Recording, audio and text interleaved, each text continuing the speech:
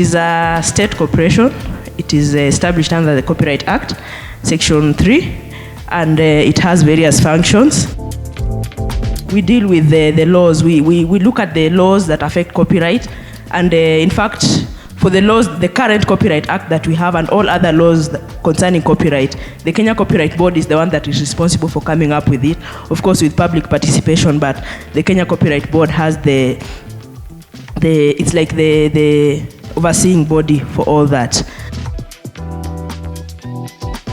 So collective management organizations are basically the organizations that are established to oversee issues of royalties, to collect and distribute royalties for the artists.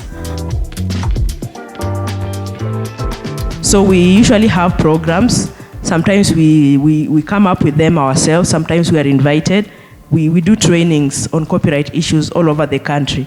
So in case you in your organization, from wherever you come from, you feel that you need us to come and maybe speak to your people, your staff, or other, maybe an institution, maybe it's a university or anything, you can always contact us and we will be happy to come and do the training for your institution.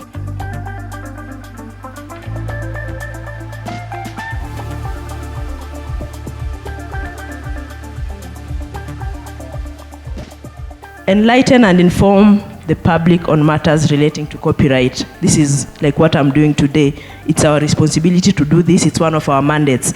So it is part of our duties.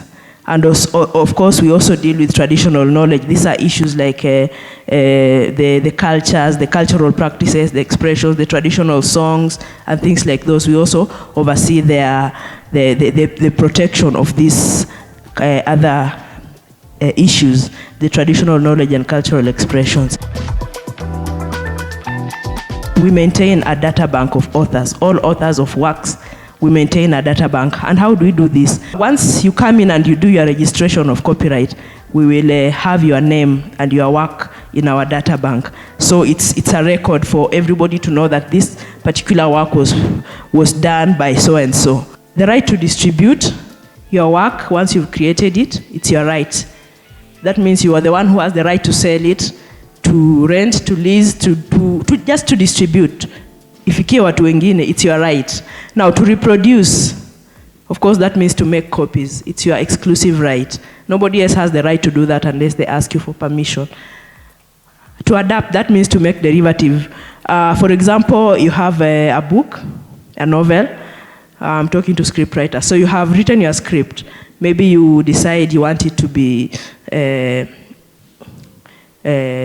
movie, or you've written a book, it's like a novel. So you want it to be adapted into a movie. It's your right. Anybody who wants to do that must seek your permission first before they do it. And then the performance of that work. Assuming it's a movie, you've come up with it, the right to have it performed publicly is your right. Nobody else can do that without asking it from you publicly. So the word here is publicly. And then the display also, the public display. Assuming it's a piece of art, a painting, a drawing, the display of the same is your exclusive right, and nobody can do it without your permission. In addition to those exclusive rights, a copyright holder also has these other rights, where we have the economic rights, the moral rights, which are divided into the right of paternity and the right of integrity. What do we understand by economic rights? What do we understand by economic rights? The right to be able to make money from whatever you have created that is protected under copyright. That, to me, is the understanding of an economic right. That is exactly what it means, just to make money out of it, to make some financial benefit out of your work. So moral rights are those rights that an author of a work or a creator of a work has by virtue of the fact that he has created it. He may not benefit economically from them, but it's just the fact that he's the one that needs to be credited for that work, whatever the case may be. So under these moral rights, we have the right of paternity and the right of integrity, the paternal rights. So it's about an author being identified as the creator of that work. So those are the paternal rights. or the right of paternity as far as copyright is concerned. And then we have the integrity, right of integrity. What is yours should be given to you, and what is not yours should not be given to you, yeah?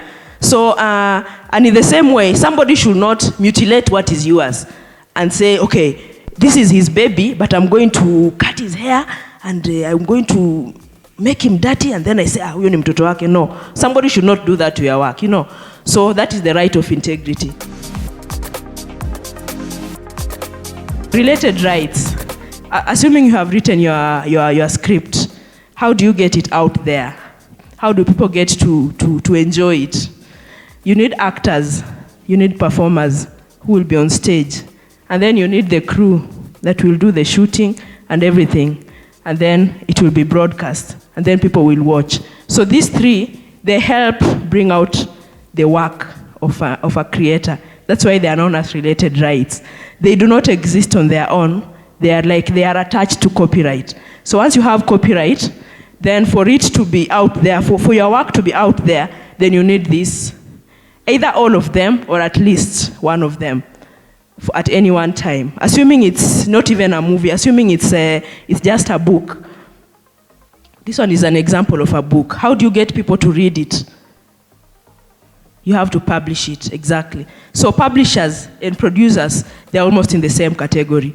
For literary works, then you need a publisher to publish your book, and then it is out there, people can read it. Otherwise, without the related rights, then your copyright is just within you. It cannot be gotten out there for people to see. So those are basically the categories of related rights that we have.